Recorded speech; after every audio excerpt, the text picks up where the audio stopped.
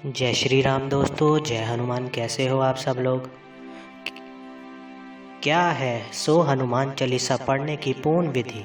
क्या सो हनुमान चालीसा पढ़ने से क्या हमें लाभ होगा, क्या फ़ायदा हमें प्राप्त होगा और पढ़ने का कितना लाभ है सो हनुमान चालीसा। और क्या सो हनुमान चालीसा से कोई ऊर्जा प्राप्त होती है या कोई शक्ति प्राप्त होती है या दूत महाराज प्राप्त होते हैं। तो आज सारी जानकारी आपको मैं इस वीडियो में बताऊंगा। ठीक है, तो वीडियो तक एंड तक आपने बन के रहना है, तभी जानकारी आपको पूर्ण मिलेगी। ठीक है, और जो देखो, जितना हमारा पेट होता है उतना ही भोजन जो है हमारे पेट में समा जाता है। अब हनुमान चालीसा में तो इस बात का जिक्र है कि जो 7 बार पाठ करे कोई, छूटी बंदी महा सुख होए। अगर हम हनुमान चालीसा के 100 पाठों को अगर हम करते हैं तो हम हर प्रकार के बंधनों से, हर पीड़ाओं से, हर प्रकार की पीड़ाओं से मुक्त हो जाएंगे।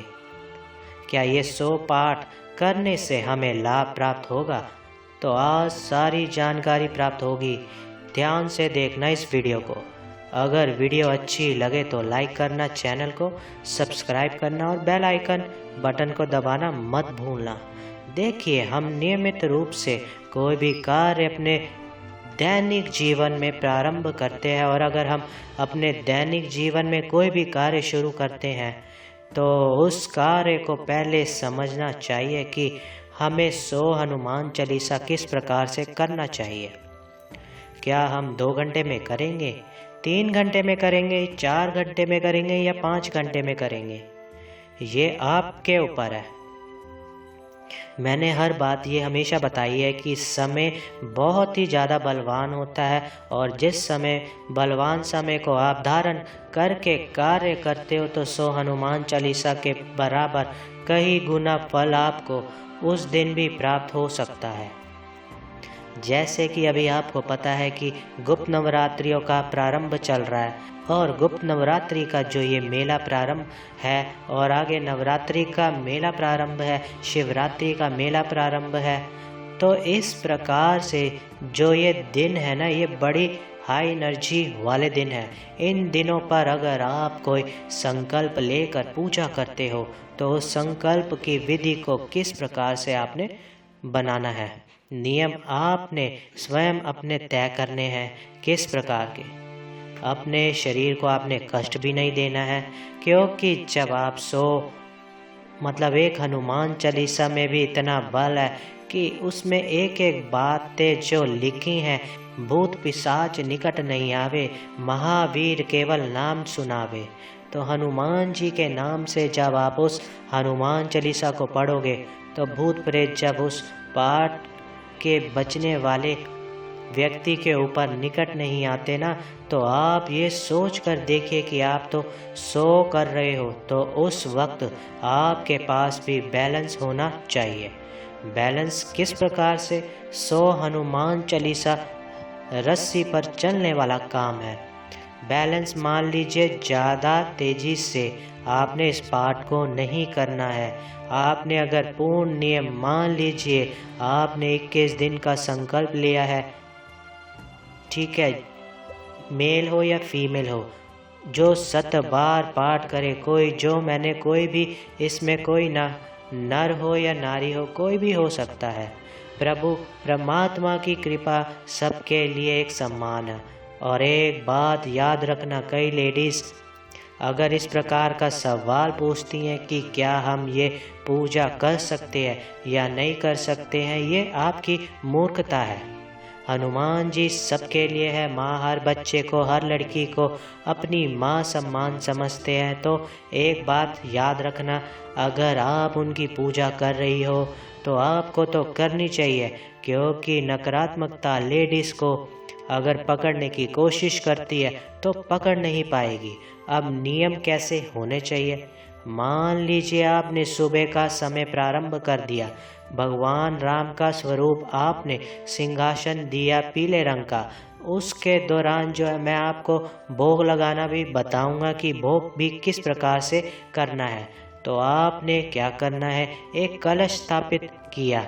कलश स्थापित कर कर नारियल लेकर उसके ऊपर जो है लाल कपड़ा लपेट के जो है कलश के ऊपर रख दिया। उसके दौरान जो है हनुमान जी का ध्यान किया, श्री वीर बजरंगी का और भगवान श्री राम का, श्री गणपति जी महाराज का। अब गणपति जी महाराज जी के जो श्री चरणों का ध्यान करके ये प्रार्थना कीजिए कि मैं 100 बार पाठ कर रहा हूँ हनुमान चालीसा का। पर डे के हिसाब से 100 पाठ जो है कंटिन्यू पढ़ रहा हूँ। 21 दिन का संकल्प लेकर कर रहा हूँ, 41 दिन का संकल्प लेकर कर रहा हूँ, 108 दिन का संकल्प लेकर कर रहा हूँ। हे प्रभु मेरा सहयोग करना। आप एक थोड़े से चावल ले लीजिए, 1 रुपये का सिक्का ले लीजिए और जल थोड़ा सा लेकर संकल्प लीजिए कि मैं पुत्री गोत्रीय, ये समझ गए ना आप अपना। और आज जो है जिस तिथि से आप प्रारंभ करोगे, शुक्ल पक्ष की अष्टमी या जो भी आप कार्य कर रहे हो, जैसे गुप्त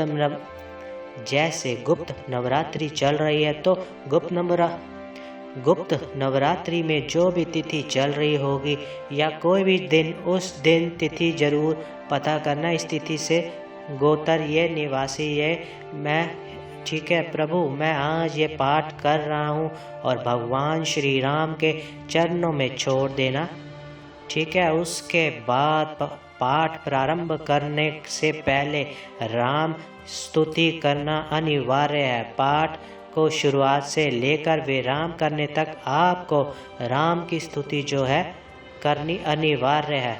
अगर प्रभु श्री राम की स्तुति आप नहीं करोगे तो चाहे आप कितना भी हनुमान चालीसा का पाठ कर लीजिए, आपके पाठ में जागृता नहीं आएगी। क्योंकि हनुमान जी को अगर जगा सकते हो तो सिर्फ श्री राम की भक्ति से ही वो प्रसन्न होते हैं और जगते हैं। अगर प्रभु श्री राम का ध्यान करके चलोगे तो पाठ का जो प्रभाव होगा उग्र रूप का, वो आपके ऊपर जो है ज़्यादा हैवीपन में नहीं होगा। आप पाठ कर रहे हो, आप 2 घंटे सुबह कर रहे हो, ठीक है, 2 घंटे दोपहर को बैठ गए और 2 घंटे आप संध्या काल में बैठ गए, 2 घंटे आप रात में बैठ गए। इस विधि से भी करोगे तो बैलेंस कर पाठ किया जाएगा। और आप सोचते हो कि मैं लगातार पाठ करता जाऊं तो आप अपने शरीर पर पीड़ा दोगे। शुरुआती समय में आपको अच्छा लगेगा, लेकिन बाद में आपके शरीर के ऊपर एक ऐसी पीड़ा उत्पन्न होने लग जाएगी। क्योंकि एनर्जी जब पाठ करता है ना व्यक्ति, शुरुआत में तो पढ़ता है श्री गुरु चरण सरोज निज मनु मुकुर सुधारी, समझ गए ना, आपकी लगन हो गई। लेकिन बाद में जय हनुमान ज्ञान गुण सागर, जय कपीस तिहुल हो जाकर, इतनी स्पीड से आपने बिल्कुल भी पाठ नहीं करना है। इस पाठ को अगर ऐसे करोगे तो इसका कोई भी फल नहीं मिलेगा आपको। आपकी भक्ति अंतर से जागृत होगी। ऐसा पाठ करना है हमने अंतर मन से भक्ति जागृत हो। भगवान को आपके अंतर मन की भक्ति प्रिय है। रट्टाफिकेशन का पाठ अगर आपने किया तो समझ लेना वो कार्य जो है आपका पूर्ण नहीं होगा। आप अपने आप को भी बना के चलना है, पाठ की एनर्जी को भी ग्रहण करना है और उस दौरान ज़्यादा किसी से बात मत कीजिए, भक्ति में ध्यान दीजिए। पाने का जो लक्ष्य है, प्रभु की कृपा को प्राप्त करने के लिए इस पाठ को कर रहा हूँ या कर रही हूँ। हनुमान जी की कृपा को प्राप्त 21 दिन तक कर सकते हैं, ठीक है। और जो पुरुष है वो 41 दिन तक भी कर सकते हैं, 108 दिन तक भी कर सकते हैं। अब ये जो 21 दिन लेडीज़ किस प्रकार से अपने मेंस्ट्रुअल्स, अपने पीरियड्स के दौरान जो इनसे फारिग है, या बुजुर्ग है कोई, वो जो है 41 दिन 108 दिन तक भी कंटिन्यूस कर सकते हैं। जब आपका जो पाठ जब है, आप जैसे कि आपने 20-20-20 करके इस प्रकार से कर लिया तो बहुत बढ़िया रहेगा। 100 पाठ आप कितने बलशाली जो होंगे आपको खुद पता लगेगा। और कोई बंधन में आप ग्रस्त नहीं हो सकते हो और कोई बंधन में आप फंस नहीं सकते हो। याद रखना, ब्रह्मचारी का पालन आपको करना पड़ेगा, तामसिक चीज़ों का परहेज आपको करना पड़ेगा आपको। अगर आप इस पाठ को पढ़ रहे हो तो आप इस पाठ को कर रहे हो तो पाठ का दशांश भी निकाल कर हवन प्रदुम क्रिया भी करनी पड़ेगी। अगर नहीं करोगे तो पाठ का पूर्ण फल आपको प्राप्त नहीं होगा। और जब आप पाठ कर रहे होते हो उस वक्त नियम स्वयं के आपको बनाने पड़ेंगे। घमंड अहंकार आपके अंदर उत्पन्न हो सकता है कि मैंने इतने पाठ कर लिए, लेकिन शांत प्रेशर को डाउन रखना। क्रोध उत्पन्न हो सकता है, प्रेशर को डाउन रखना।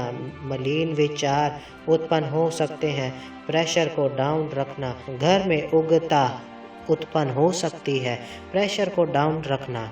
किसी भी प्रकार की अंदर जो है आपके हर प्रकार के संकेत उत्पन्न हो सकते हैं, लेकिन ऐसी अवस्था में आप अपने आप को कंट्रोल करके चलोगे, स्वयं बैलेंस करके चलोगे।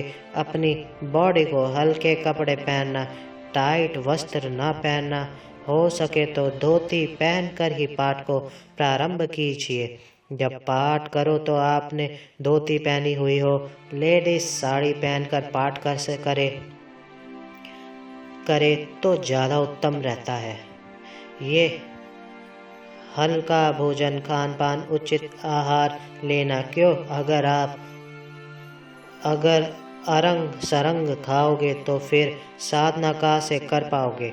क्योंकि बार बार आपके पेट में गैस बनेगी, मरोड़ पड़ेंगे। उसके दौरान जो है आप साधना में सफलता नहीं मिलती, फिर ध्यान पेट में ही रह जाएगा। इसलिए कम आहार, सिर्फ आपको अपनी जीविका के लिए आहार ग्रहण करना है। ये नियम आपने स्वयं बनाने हैं, कोई आपके ऊपर थोप नहीं रहा है। अगर नियम बना करके कोई पूजा याचना तपस्या करना प्रारंभ कर रहे हो तो वो भी कलयुग, घोल कलयुग के अंदर भगवान राम की स्तुति करके, हनुमान जी का ध्यान करके अगर इस प्रकार का पाठ करते हो तो सफलता मिलेगी ही मिलेगी, 101% मिलेगी ही मिलेगी। भोग किस प्रकार से लगाना है? अगर हनुमान जी को भोग लगा रहे हो तो एक काम हमेशा करना, हनुमान जी को भोग लगाए, क्योंकि हम ऐसा कोई भोग हनुमान जी को दे नहीं सकते जिससे हनुमान जी तृप्त हो जाए। हनुमान जी एक ही जरिए से तृप्त हो सकते हैं। किस प्रकार से? लड्डुओं के ऊपर 2 तुलसी दल रखकर, लड्डुओं को 2 के ऊपर 2 तुलसी दल रखकर आप लड्डू अपने घर में, चाहे आप मोतीचूर के लड्डू बनाओ, चाहे बेसन के लड्डू बनाओ, चाहे आप जो है रोटी चूरमा बना करके उस पर भी तुलसी दल रख कर भी आप हनुमान जी को भोग लगा सकते हो, गुड़ वाला चूरमा बना करके। याद रखना, हृदय से करी हुई पुकार आपको ईश तक जरूर पहुंचेगी। और राम स्तुति का जाप करके अगर आप कार्य करोगे, शुरुआत और विराम दोनों ही, याद रखना आरती जरूर करना। आरती में सभी प्रकार का क्षमा, प्रथम क्षमा का होता है। जैसे आपने कोई गलती करी हो, पाठ में त्रुटि करी हो, या कोई अशुद्ध करण आपसे हुआ है, या कुछ भी आपसे हुआ है, तो आप उसका क्षमापान करना बहुत ज़रूरी है। लास्ट के पाठ के, जब आपका लास्ट का पाठ हो तो आप कहना कि हे प्रभु, मुझे आपकी विधि विधान नहीं पता है। हाँ, पाठ करने से पहले भगवान शिव को अपना गुरु बना सकते हो, यहाँ तक कि आप अपनी माँ दुर्गा को गुरु बना सकते हो, माँ कालका को गुरु बना सकते हो। अगर आपका कोई गुरु है तो आप अपने गुरु का ध्यान जरूर करना, तभी पाठ में सफलता मिलती है। पाठ के अंदर अगर मेरी वीडियो अच्छी लगे तो मेरी वीडियो को लाइक कीजिए, मेरे चैनल को सब्सक्राइब कीजिए। जय श्री राम दोस्तों, जय हनुमान।